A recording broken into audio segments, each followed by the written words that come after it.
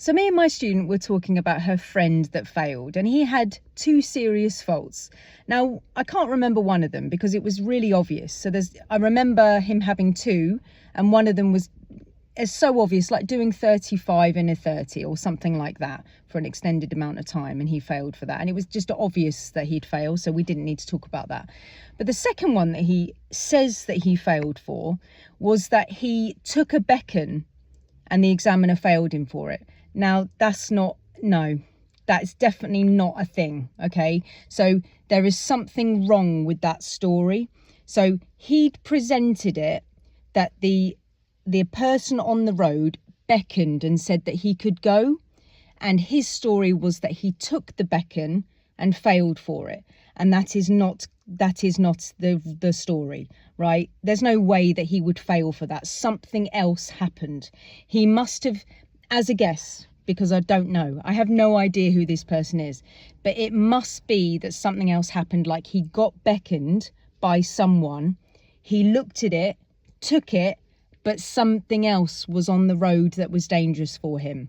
So maybe if somebody on the left had beckoned him out of the T-junction, then he went, but he didn't see somebody on the right, or there was a pedestrian trying to cross. Something was wrong with the situation above just taking a beckon, because you are allowed to take a beckon. Yeah, if it's safe, you're allowed to take a beckon. So there was something wrong with the story that had been delivered to my student, because the reason why I needed to clear this up with her is because she needs to know that she can take a beckon if it's for her, if it's safe to do so. Yeah. So my student was on a really strong hill, a T-junction on a hill, turning onto a 50. So if you're in Cheltenham, the Southam Hills, okay? So we were on the Southam Hills, turning right, strong hill, turning right onto a 50. The truck was coming down the road really slowly, turning into the T-junction. No one else around. My student on test was beckoned with a flash of the light from the truck, and my student didn't go. The truck flashed again. No one else around. I was sat in the back of this test. Student's like, no, I'm not going to go, not going to go, not going to go. And I think that the truck flashed about 3 times, and in the end the examiner was like, you need to go.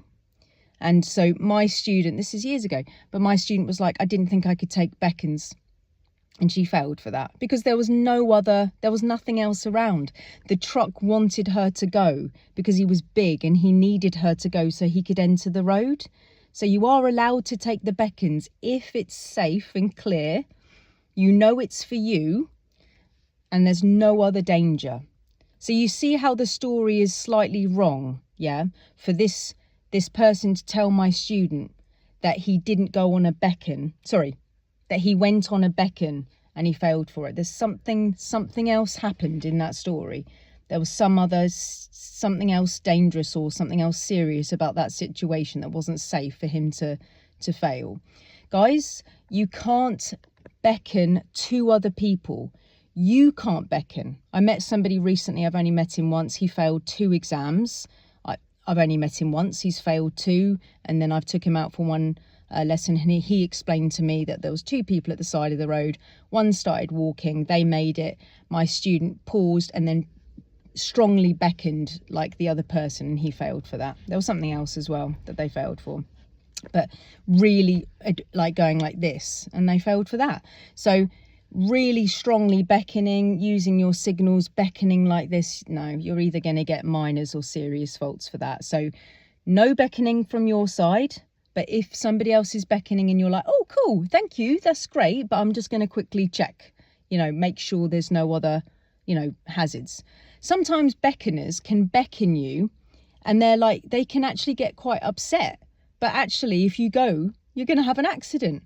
So I remember like one beckoner years and years ago beckoned my partner, and he was really losing his temper. But if my partner had driven them, we would have had an accident. Like there was other people to give way to, Other things that you need to be careful of is, are people really beckoning you, or is there just bumps in the road?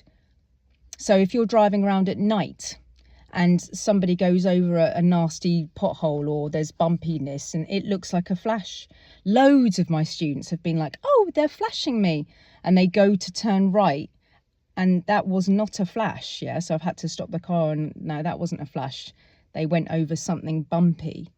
Yeah, so you just need to be very careful. Just make sure that you understand the communication of the road. Make sure that if somebody's beckoning you, you do make sure that you're safe before you go. And on your driving test, you cannot beckon, you cannot flash, you cannot do any of that on your driving test. Your instructor will not be teaching you that because of what the highway code says about it. All right, guys. So yeah, I really hope that bit of information helps you today. And yeah, keep cool today. It's going to be really hot, isn't it? So drink lots of water, look after yourself, stay in the shade, use factor 50. Yeah. Mama bear coming out to look after you. Yeah. Have a nice day, and keep safe.